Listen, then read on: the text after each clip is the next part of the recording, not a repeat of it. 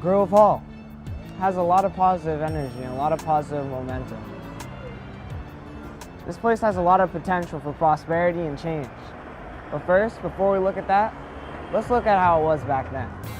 Well, I can go back to the 40s.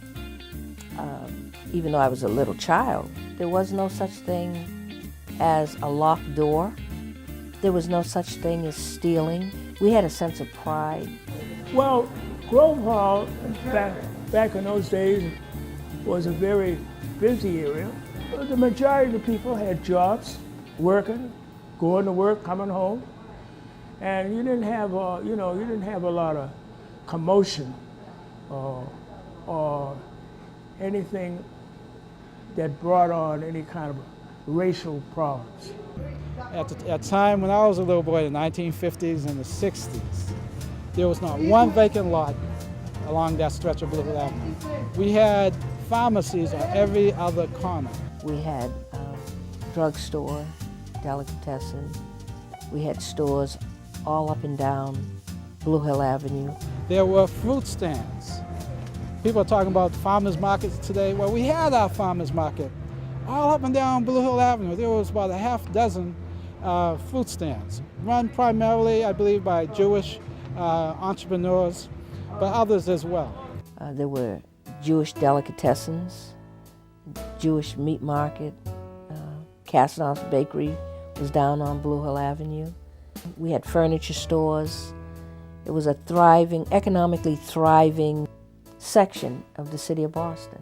It was much safer because you had majority of the people, the Afro-Americans, they had their businesses in there, and the Afro-Americans that came in the area, they weren't looking for no problems or trouble. They had their jobs. I remember Ma Dixon's had the best fried chicken and food and everything there.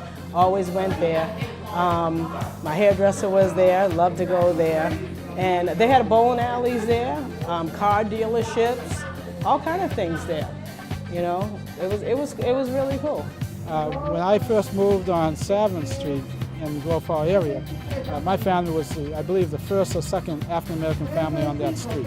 The Tavern Street Health Unit, which is about a quarter mile north of Grove Hall, is the first public health unit in the United States of America. It's now called the Rosa Parks Daycare, across the street, a drugstore. The one and only time I had a chance to shake Dr. Martin Luther King Jr.'s hand was inside of that drugstore where I was employed. And upstairs was a chapel that also served as the offices for the New England Southern Christian Leadership Conference, Martin Luther King Jr.'s organization. So there's a lot of history. All during the 60s, there was a lot of anger in the urban neighborhoods because of all of the kinds of discrimination that existed.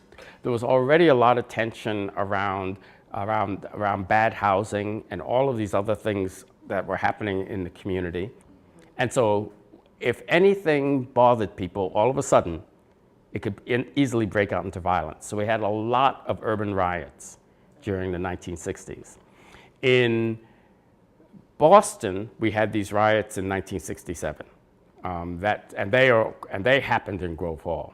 And almost all of the destruction was never repaired.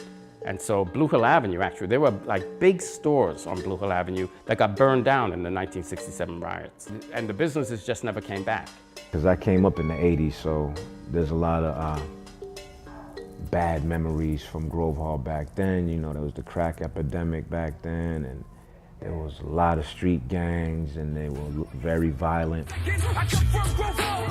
Right across from the Grove Hall Library right now, there's an empty lot, and before it was empty, it was a club called Club 48. And Club 48 was ran by a crew from New York who came to Boston and kind of took over a couple of projects with their drugs and their guns and everything. They made a movie about that. It's a movie called In Too Deep, starring Omar Epps and LL Cool J's in it. And I brought it up because it's an empty lot right now, but when it was there, it was a club that was dark. Like you go in there, it was just dark, there was no lights, Everybody had a gun. People had so many guns in there that you could smell the guns when you came in the door. That's how many guns was in there. And it's like you didn't go there unless you had a gun. So if there was 100 dudes in there, you could pretty much assume that 100 dudes had a gun. You know, it was just a lot of bad things went on in there. When I first started getting into like the drug scene and just distribution, I was roughly 15 to 16. It really just seemed to be a way of life. Like in the community that I was growing up in, it was like, once again, the era before mine, the crack epidemic hit it. So my mother wasn't around, my father wasn't around, and my grandmother raised me. So she could provide the things I need, but she couldn't, it was hard for her to raise a man and also keep an eye on me to make sure I'm not getting into anything. So it was like almost like the older dudes on the block, they father you. And so we're all, what you are seeing, right, is a neighborhood that is trying to recover from all of that. Right? How do you get that neighborhood to be the best neighborhood it could be for all the people who are living there now?